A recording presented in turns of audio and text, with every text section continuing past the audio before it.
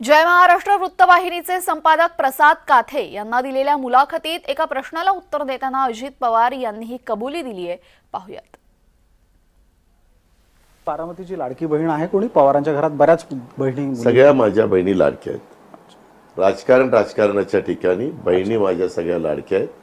अनेक घरांच्या मध्ये राजकारण त्या ठिकाणी चालतं. राजकारण हे फार घरामध्ये शिरून द्यायचं नसतं. मागं मात्र माझ्याकडनं थोडीशी चूक झाली. त्या काळामध्ये मी माझ्या बहिणीच्या विरोधात सुनेत्राला उभं करायला नको होतं, पण त्यावेळेस केलं गेलं. पार्लमेंटरी बोर्डाने निर्णय घेतला गेला. परंतु आता जे झालं ते एकदा बाण सुटल्यावर आपण काही करू शकत नाही. बिलकुल. पण आज माझं मन मला सांगतं तसं व्हायला नको होतं. पण कधीतरी मग या निमित्ताने एक फोन करून आपण बोलावं, येत्या राखी पौर्णिमेला जावं असं नाही. आता दौरा महाराष्ट्राचा चाललेला आहे. जर त्याच काळामध्ये मी तिथं असेल आणि माझ्या बहिणी पण तिथं असतील तर जरूर मी जाणार. दरम्यान या संदर्भातल्या राजकीय प्रतिक्रिया समोर येत आहेत. पाहूयात.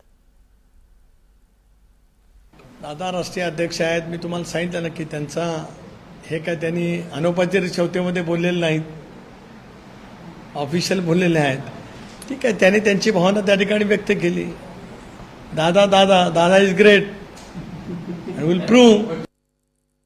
राजकारणामध्ये थोडं बहुत चुक्या होत असतात.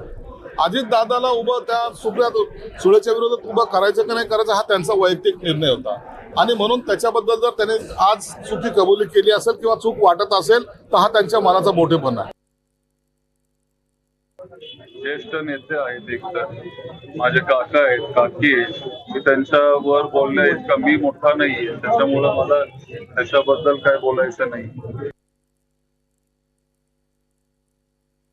अजितदादांचं आता काय जे मत झालं ते त्या अगदी अतिशय जवळून त्या प्रक्रियेमधले साक्षीदार आहेत, सूत्रधार आहेत.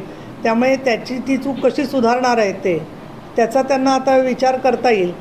आता इतकं अनुभवी असणाऱ्या माणसांनी, अनेक वेळेला उपमुख्यमंत्री असलेल्या माणसांनी इतकी प्रांजळपणाने स्वतःची चूक मान्य करणं हीच खूप मोठी गोष्ट आहे.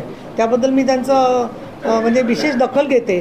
पण यापुढे काय करायचं हा त्यांचा वैयक्तिक प्रश्न आहे. त्यांनाही सल्ला देण्यासारखी त्यांना आवश्यकता आहे असं मला वाटत नाही आहे.